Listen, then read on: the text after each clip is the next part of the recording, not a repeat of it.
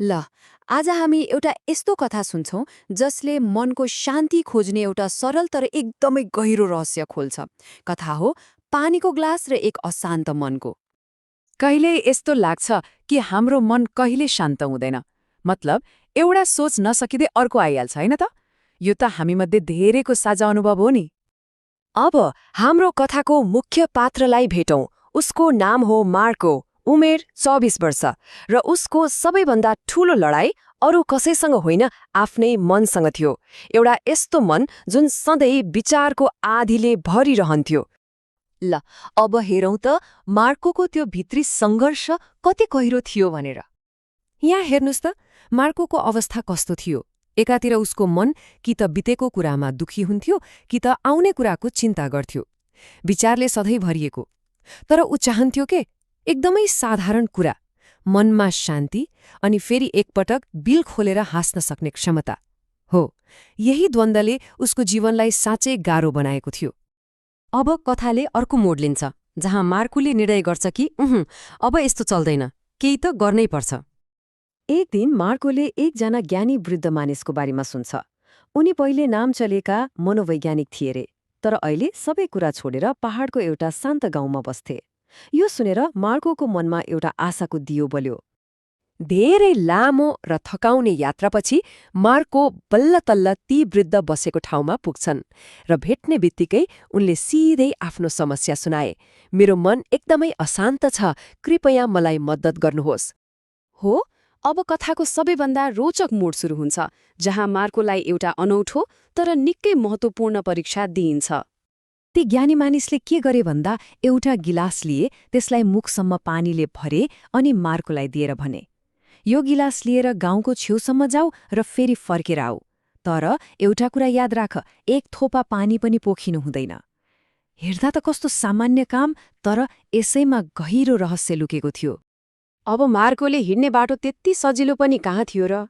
बाटो साँगुरो, मान्छेको भिडभाड, पसलेहरू कराउँदैछन्, यता कुकुरहरू भुकिरहेका छन्, मतलब चारैतिर ध्यान भङ्ग गर्ने चिजहरू मात्रै थिए। तर मार्को उसको सम्पूर्ण ध्यान केवल त्यो पानीको गिलासमा थियो। ऊ बिस्तारै एकदमै होशियारीका साथ एक एक पाइला चाल्दै थियो। बाहिर जेसुकै होस्, उसको एकाग्रतालाई कसैले भङ्ग गर्न सकेन। जब मार्कोले त्यो काम सफलतापूर्वक पूरा गरेर फर्के, ती ज्ञानी वृद्धले एउटा यस्तो प्रश्न सोधे जसले कथाको पूरै रहस्य खोल्दै थियो। उनले सोधे, बाटोमा केटाकेटी खेलेको देख्यौ, कुकुरहरू भुकेको सुन्यौ? ल अब हामी कथाको त्यो महत्त्वपूर्ण क्षणमा आइपुग्यौं, जहाँ मार्कोले खोजिरहेको जवाफ अन्ततः उसको अगाडि आउँछ। मार्कोको जवाफ एकदमै सरल थियो। उनले भने, मैले त केही पनि देखिन, केही पनि सुनिन, मेरो पूरा ध्यान त केवल त्यो गिलासमा थियो। त्यही त हो रहस्य, ती वृद्धले मुस्कुराउँदै भने। जब तिम्रो मन पुरै वर्तमानमा हुन्छ नि, तब त्यहाँ डर, भ्रम वा अरू अनावश्यक सोचहरूको लागि ठाउँ नै बाँकी रहँदैन। आजभोलिको मनोविज्ञानमा यसलाई फ्लो स्टेट वा माइन्डफुलनेस पनि भनिन्छ।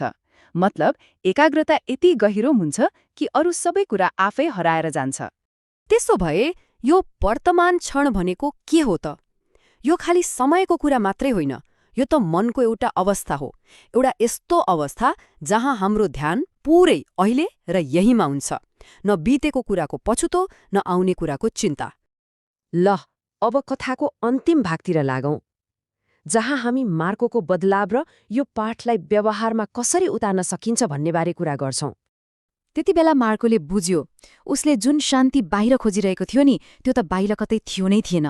त्यो त सधैँदेखि उसैभित्र थियो, मात्र त्यसलाई अनुभव गर्ने तरिका थाहा थिएन। त्यसो भए मनलाई शान्त बनाउने बाटो के हो त?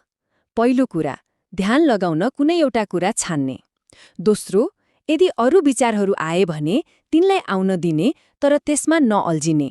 र तेस्रो, बिस्तारै आफ्नो ध्यानलाई फेरि त्यही छानेको कुरामा फर्काउने। यो एक अभ्यास हो जुन समयसँगै राम्रो हुँदै जान्छ। जुन अशान्त युवक गाउँमा पुगेको थियो, ऊ अब त्यहाँ थिएन। उसको ठाउँमा एउटा शान्त, स्थिर मानिस थियो, किनकि अब उसलाई मनको रहस्य थाहा भइसकेको थियो। अनि अन्त्यमा यो कथाले हामी सबैको लागि एउटा प्रश्न छोडेर जान्छ। मार्कोको लागि त त्यो पानीको ग्लास थियो, हाम्रो जीवनमा त्यो पानीको ग्लास के होला? त्यो कुन चिज होला जसमा पूर्ण ध्यान दिएर मनको आँधीलाई शान्त पार्न सकिन्छ? सोच्नुपर्ने कुरा छ।